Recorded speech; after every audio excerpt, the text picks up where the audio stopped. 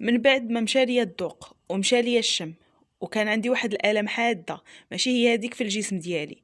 الا كانوا عندك هاد الاعراض ديري هاد المشروب وتفكريني. الا كان عندك الم في الحلق، الم في الراس، الم في الجسم كامل، الدوخه، الكحه، ضيق في التنفس، حتى بالنسبه للناس اللي عندهم المناعه ديالهم ضعيفه بزاف، ما عليك اختي غير بهاد الوصفه. وان شاء الله بغيتكم كاملين توصلوا هاد الفيديو هذا الاكبر واكثر عدد من اللايكات باش يوصل بزاف بزاف بزاف ديال الناس، ولينا الاجر كاملين ان شاء الله، والله يشافي الجميع. وكنقول لكم دابا خليوكم مع الفيديو كامل من الاول حتى الاخير هكا باش تشوفوا طريقه الاستعمال وطريقه التحضير. بسم الله على بركه الله. غادي نبداو الوصفه ديال اليوم. كيف ما غادي تلاحظوا معايا، اول مكون اللي غادي نحتاج في هذه الوصفه هذه اللي هي كيف ما كتلاحظوا اللويزه. فاللويزه غنيه عن التعريف.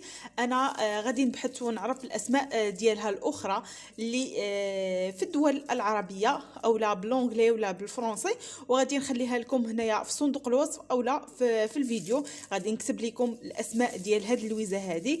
حنايا بالنسبه لينا كنقولوا لها اللويزه، فهذا هو الشكل ديالها. فكتكون ميبسه كيف ما كتشوفوا، يعني كتكون يابسه ماشي طريه. فاللويزه زوينه بزاف، كنستعملوها حنايا، كنعطيوها للوليدات الصغار اللي ما كيبغيوش ينعسوا، اللي كتجيهم حمى. فهاد اللويزه هذه كتهدن الاعصاب وكتهدئهم ايضا. وفي هذه الوصفه هذه المفعول ديالها رائع رائع رائع. المفعول ديال هاد اللويزه هذه انها كتخلصنا من السعال، كتحيد لينا الالم اللي كيكون عندنا في الصدر ديالنا، ضيق في التنفس، كتعطينا جهاز المناعه، كتقويه لينا، كتحيد لينا الحمى، الحراره، يعني ارتفاع الناس اللي عندهم ارتفاع في درجه الحراره فكتهبط لهم الحراره ديالهم، وكتهدئ لينا النفس ديالنا، كتخلي يعني لا عندنا شي زكام، لا عندنا عطس، الم الراس، الم في الجسم كامل. فهاد الوصفه هذه او هاد اللويزه في هاد المشروب هذا فغادي تعطينا واحد النتيجه رائعه رائعه رائعه رائعه. ودابا كيف ما كتلاحظوا غادي نبداو الوصفه على بركه الله. غادي ناخذ هنايا واحد الكميه ديال اللويزه، ماشي بزاف بطبيعه الحال. انا هنايا غير حطيت لكم هذه الكميه هذه، راه كنديروا غير كميه صغيره وكتعطينا نتيجه اللي هي مضاعفه. مباشره غادي ناخذ هنايا واحد الكاسرونه كيف ما كتلاحظوا، وغادي ناخذ هنايا واحد الكميه من اللويزه. كيف ما قلت لكم ما غاديش نديروا بزاف، غادي ناخذ غير واحد الكميه فقط على هذا القياس هذا. وغادي نضيف الماء، واحد الكميه تقريبا كاس كبير اولا كاس متوسط، نص كاس كبير اولا كاس متوسط كامل. دابا مباشره غادي ناخذ هاد اللويزه هادي وغادي نديرها فوق نار تكون متوسطه، ما تكونش مهيله وما تكونش مجهده حتى هي. بعد غادي نرجع لكم تتمه الوصفه. هنايا غادي ناخذ كيف ما كتلاحظوا غادي ناخذ هنايا الليمون اولا الحامض. فالليمون اولا الحامض كنحضروا معكم بزاف هاد الوصفات حيت نتيجته رائعه، وكيصفي لينا الدم ديالنا، كيصفي لينا الدم ديالنا من السموم. وكيف ما كنعرفوا ان الليمون فهو غني عن التعريف ونتيجته خطيره خطيره، نتيجته هائله للجسم ديالنا، غير الناس ما كيعرفوش الفوائد ديالو. ففيه واحد الماده اللي كيف ما قلت لكم كتحيد لينا السموم من الجسم. غير في الصباح الا فقنا ودرنا واحد الكاس ديال الماء دافي اولا ساخن واحد شويه، وكنديروا واحد نصف ليمونه هكا معصره في الماء وكنشربوها، فعنده فائده كبيره كبيره كبيره كبيره للجسم ديالنا. حتى الوجه ديالكم ما كيبقاش فيه يعني هكا نمش ولا كلف، وداكشي كيصفي لينا الوجه ديالنا وكيصفي لينا الدد ديالنا من الداخل. فالليمون عنده كيف ما قلت لكم فوائد زوينه زوينه زوينه للجسم ديالنا. كيف ما كنعرفوا دابا كيف ما قلت لكم عندنا هنايا الليمون الاخضر والليمون الاصفر. فإلا توفر عندكم هذا الليمون الاخضر كيف ما قلت كنقول لكم انه عنده واحد الجهد في الجسم ديالنا، كيساعدنا اكثر في هذه الوصفه، كيعطينا نتيجه اكثر. الا كان متوفر فديروه، الا ما كانش متوفر بطبيعه الحال غادي نستعملوا هذا الليمون الاصفر حتى هو نتيجته رائعه. صافي هنا كيف ما قلت لكم غادي ناخذوا هذا الليمون هذا اولا الحامض، غادي ناخذوا منه واحد النصف ليمونه.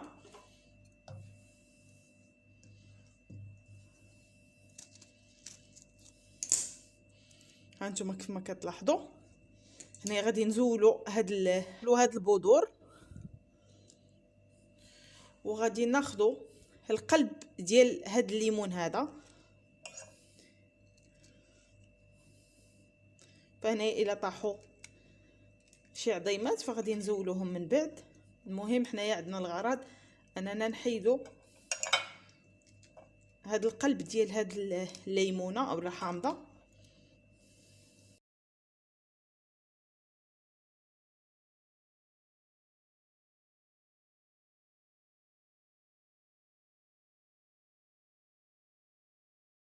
كما كتلاحظوا هنايا زولت ليها هذوك البذور ديالها.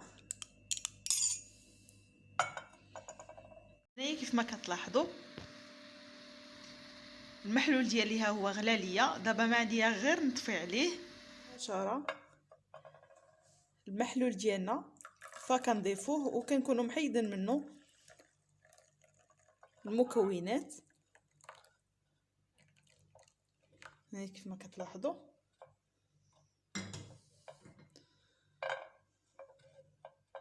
راه مازال ساخن، ومباشره ملي كنضيفوه فوق هاد الحامض هذا، مباشره ملي كنضيفوه ضروري ما نضيفوا هاد المكونات اللي غادي نوريكم دابا. المكون اللي غادي نضيف اللي هو القرنفل اولا المسمار، فهو غني عن التعريف ومعروف بالنتيجه ديالو اللي غادي نحصلوا عليها بالنسبه للناس كيف ما قلت لكم اللي كيعانيو من الاعراض اللي ذكرت لكم، اعراض اللي كتجينا بكثره في هاد الوقيته هادي. فبزاف الناس كيعانيو من هاد المشاكل ديال السعال وديال الالم الصدر وضيق في التنفس وارتفاع درجه الحراره والالم اللي كتكون في الجسم ديالنا كامل. وهنايا بالنسبه للناس ايضا اللي عندهم جهاز المناعه ديالهم يعني ضعيف بزاف، فهاد الوصفه هذه كتقوي عفوا لهم جهاز المناعه وكتنقي ايضا الجسم ديالنا. صافي هنا كيف ما كتلاحظوا غادي نوضع هنايا القرنفل اولا المسمار. بطبيعه الحال ما غاديش نوضعوا على هذا الشكل هذا، يعني ما غاديش نوضعوه هو هكا ما مدقوقش اولا ما مطحونش. غادي نوضع واحد الكميه اللي يكون مطحون فيها. كتلاحظوا معايا القرنفل اولا المسمار هنايا عندي مطحون كيف ما كتشوفوا. غادي ناخذوا فقط راس ملعقه، ما غاديش نقويو، غادي ناخذوا راس ملعقه كنضيفوها هكا كنحركوا. هنايا كما قلت لكم المحلول ديالنا فهو سخون، ضروري هاد المكونات ما نضيفوهم والمحلول ديالنا سخون. المكون الثاني اللي غادي نوضع في هاد الوصفه هذه كيف ما كتلاحظوا اللي هي القرفه اولا الدارسين، فهي معروفه بالقرفه اولا الدارسين في الدول العربيه. هنا غادي نحتاجوا واحد الكميه من القرفه. هنايا بالنسبه للناس اللي عندهم هاد القرفه اعواد فيضيفوا منها تقريبا قد هكا. وكيف ما كنقول لكم المحلول يكون ساخن. وبالنسبه للناس اللي ما متوفرش عندهم هاد القرفه فغادي نوضعوا قرفه مدقوقه اولا مطحونه، غادي نوضعوا منها واحد الكميه. هنايا كنفضل هاد القرفه مطحونه حيت كتعطينا نتيجه احسن. وبالنسبه للقرفه فحتى هي كنوضعوا منها غير واحد الكميه اللي هي بسيطه اولا قليله فحال القرنفل، ما كنوضعوش كميه اللي هي كثيره. وكنخلطوا بطبيعه الحال هاد المكونات. كيف ما قلت لكم المحلول ديالنا خصو يكون ساخن باش نديروه. صافي كنخلطوا مزيان مباشره. هنايا انا غير حيت كنسجل الوصفه باش بقيت فيها هاد المده، يعني كنوريكم المكون وكنشرح لكم. اما نتوما تكونوا حاطين المكونات، يعني ملي كيسخن لكم داك المحلول، فكتكبوه مباشره وكتوضعوا المكونات وكتمشيو للمكان ديالكم اولا البلايصه ديالكم اللي كتنعسوا فيها اولا الفراش ديالكم ديال النوم. كتمشيو مباشره وكتاخذوا هذا المحلول هذا. بالنسبه لهذا المحلول كيفيه الاستعمال ديالو فهي جد سهله وبسيطه كيف ما كنقول لكم دائما، حيث المكونات اللي وضعنا في هذا الخليط مكونات طبيعيه، مكونات اللي كتخلصنا من المشاكل اللي كاينين في هذه الفتره هذه. ما نقولش لكم النتيجه اللي غادي تحصلوا عليها، غادي تحسوا ملي غادي تشربوه، يعني غادي تحسوا بالجسم ديالكم فيه واحد التعرق، وهذا الشيء راه عادي. حيت ضروري تنقول لكم ملي تكونوا غادي تستعملوا هذا المحلول هذا خاصكم تكونوا يعني في الفراش ديالكم هكا ومغطيين، حيت ملي كتحسوا بداك التعرق فديك الساعه الوصفه فهي كتخدم لكم وكتعطي نتيجه مضاعفه. هنا بالنسبه للوصفه ديالي كيف ما قلت لكم غادي تمشيو للفراش ديالكم وغادي تغطاو بطبيعه الحال وغادي تشربوا هذا الكاس هذا اللي حضرت معاكم وغادي تبقاو مغطيين. فما تنوضوش، حاولوا انكم تكونوا ساليتوا الشغل ديالكم كامل وفي الليل بطبيعه الحال.